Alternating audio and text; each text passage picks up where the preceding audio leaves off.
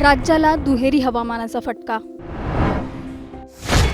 एका बाजूला पाऊस, दुसरीकडे उष्णतेची लाट। विदर्भ मराठवाड्यात वादळी पाऊस, कोकणात उकाड्याचा कहर। महाराष्ट्रात सध्या नेमकं चाललंय तरी काय?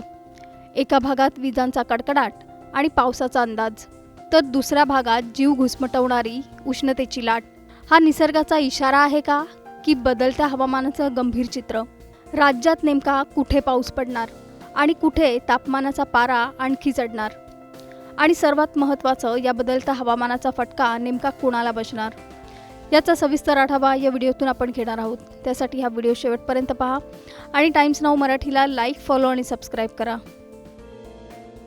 महाराष्ट्रात सध्या हवामानाचा विचित्र खेळ सुरू आहे। दुपारच्या वेळेला प्रचंड उकाडा जाणवतोय, तर काही ठिकाणी अचानक ढग जमा होऊन वादळी पावसाची चिन्ह आहेत। भारतीय हवामान विभागाच्या अंदाजानुसार सध्या राज्यात दुहेरी परिस्थिती पाहायला मिळणार आहे। विदर्भात काही दिवसांपासून तापमानाचा पारा चांगलाच चढलाय। ब्रह्मपुरीसारख्या ठिकाणी 44 अंशांपेक्षा जास्त तापमान नोंदवण्यात आलंय। पण आता त्याच विदर्भात हवामानात बदल होणार आहे। नागपूर, चंद्रपूर, वर्धा, भंडारा, गडचिरोली आणि गोंदिया या जिल्ह्यांमध्ये विजांच्या कडकडाटासह वादळी पावसाची शक्यता आहे। हलका ते मध्यम पाऊस पडू शकतो आणि त्यामुळे काही प्रमाणात उष्णतेपासून दिलासा मिळेल। मराठवाड्यातही असंच चित्र आहे।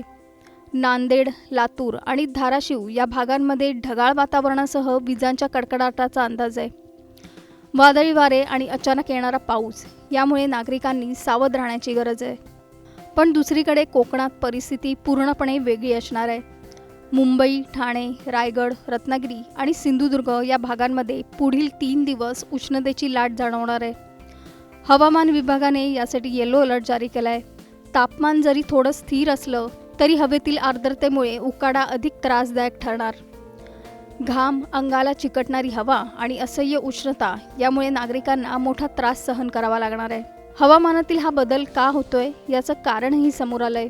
दक्षिण मध्य प्रदेशापासून बिहारपर्यंत आणि तामिळनाडूच्या समुद्र किनाऱ्यापर्यंत कमी दाबाचा पट्टा तयार झालाय। त्यामुळे राज्याच्या काही भागात पावसासाठी पोषक वातावरण तयार झालंय, तर कोकणात मात्र उष्णतेचा जोर वाढतोय। दरम्यान मान्सूनबाबतही एक महत्त्वाची माहिती समोर आली आहे। यंदा नैऋत्य मोसमी वारे वेळेत केरळमध्ये दाखल होण्याची शक्यता आहे। साधारण 1 जूनच्या आसपास मान्सून सुरू होईल आणि जूनच्या सुरुवातीला महाराष्ट्रात पावसाची एंट्री होईल। मात्र अल निनोच्या प्रभावामुळे यंदा पावसाचं प्रमाण थोडं कमी राहू शकतं। एकाच राज्यात इतका वेगळा हवामानाचा खेळ, हा केवळ नैसर्गिक बदल आहे का, की हवामान बदलाचा इशारा? पुढील काही दिवसात ही परिस्थिती आणखी गंभीर होणार का? तुमच्या भागात सध्या हवामान कसं आहे? पाऊस की उकाडा? कमेंटमध्ये नक्की सांगा आणि अशाच अपडेट जाणून घेण्यासाठी चॅनलला सबस्क्राईब करा।